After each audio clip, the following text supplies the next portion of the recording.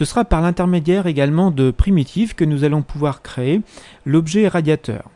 L'objet radiateur va être créé par l'intermédiaire d'une boîte également, donc d'une primitive standard, sur laquelle nous ajouterons une primitive étendue qui sera en fait un objet de type chamfer-cil, un cylindre chanfreiné qui va faire office de molette de réglage de chauffage.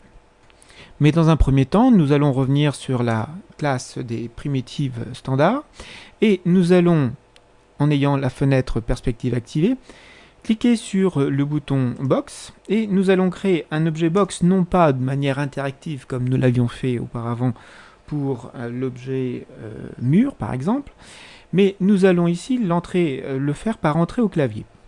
Nous allons effectivement demander à ce que l'objet soit automatiquement créé en XYZ. Alors, en X, nous allons demander à ce qu'il soit situé à 0 cm, en Y à 55 cm et à Z 0 cm. Nous allons également lui demander à ce que en longueur, il fasse 15,3 cm, 70 cm de large, ainsi que 70 cm en hauteur. Il ne reste plus qu'à cliquer sur le bouton Create. Et nous avons ici donc notre objet box sur laquelle nous allons pouvoir ensuite exercer plusieurs modifications et également texturer plus tard, au moment de l'éditeur matériaux, texturer une image de façade de radiateur. Nous allons maintenant attendre l'onglet Modify et dans l'onglet Modify, nous allons demander à ce que les valeurs de segments soient de 5 cm en longueur, en largeur soit de 25 et de 10 en segment. Si nous effectuons la validation de l'Edge Faces, nous voyons notre objet est relativement maillé, nous avons une belle définition en termes de segments, ce qui nous aidera plus tard à effectuer des modifications géométriques sur cet objet. Et bien maintenant, nous allons atteindre l'onglet Create à nouveau, toujours dans l'onglet la partie géométrie. Nous allons ensuite atteindre la classe des primitives étendues. Nous allons demander à cliquer sur l'objet chamfer-cil et nous allons en fenêtre front, sur la partie droite de l'objet radiateur, créer d'un simple rayon l'objet chamfer-cil. Il suffit ensuite de dévalider le bouton de la souris et ensuite lui donner une hauteur qui va être, après un réglage d'un rayon de 4 cm à peu près, donner une valeur de hauteur de à peu près 6 cm. Et ensuite, après ce deuxième clic gauche, nous allons bouger simplement la souris de haut en bas afin de régler la quantité de filets pour arriver à peu près à une valeur de 1 cm approximativement. Nous allons ensuite dans l'onglet Modify et régler les valeurs précisément de ces paramètres. Nous allons demander à ce que le radius soit précisément de 4,46 cm,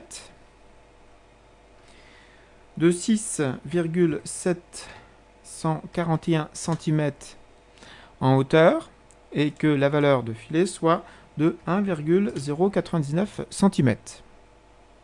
Nous allons également demander à ce qu'il y ait 21 segments pour le paramètre size, c'est-à-dire le nombre de côtés de l'objet chamfer-cil.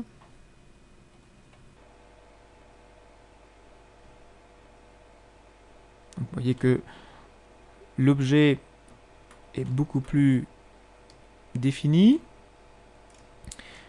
Et nous allons également maintenant demander à ce que cet objet puisse se positionner en faisant rencontrer les normales des faces de l'arrière de ce cylindre chanfreiné avec les normales du côté droit de l'objet radiateur, du futur corps du radiateur. Donc pour cela, nous allons utiliser l'outil aligne normal. Donc, dans un premier temps, dans la main toolbar, nous allons choisir, en laissant notre doigt appuyé, nous allons prendre l'outil aligne normal. On voit également que le nom de l'outil apparaît dans la status area tout en bas de l'interface du logiciel. Nous prenons donc l'outil normal aligne. Nous avons un curseur qui va nous indiquer que dans un premier temps, nous allons détecter avec le clic gauche de la souris, en laissant appuyer, un vecteur bleu. Ce vecteur bleu, on va essayer de le mettre à peu près au centre de l'arrière de l'objet cylindre chanfreiné. Une fois que l'objet, que la normale est donc détectée, nous allons faire un panoramique, un petit zoom arrière, toujours avec les raccourcis clavier, puis un zoom avant, afin de laisser son curseur de souris détecter également les normales de cette fois-ci la boîte. Donc nous avons maintenant un vecteur vert. Nous laissons notre doigt appuyé sur la souris pour effectivement faire cette détection. Arrivé à peu près à la ligne supérieure, la première ligne d'arête horizontale, à peu près au centre, eh bien nous relâchons le tout. Et nous avons une boîte de dialogue qui indique que nous pourrions faire des variations en X, en Y ou en Z. Donc là, nous allons laisser le réglage par défaut. Également faire une rotation de l'objet.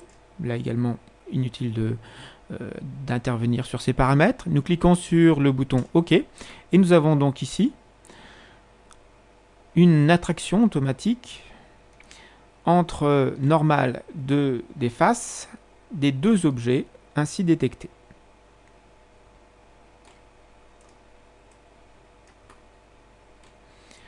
Nous pouvons maintenant donc sauvegarder la scène en faisant File, Save As, et dans le projet Ghosty, sauvegarder donc la scène en l'appelant radiateur_01.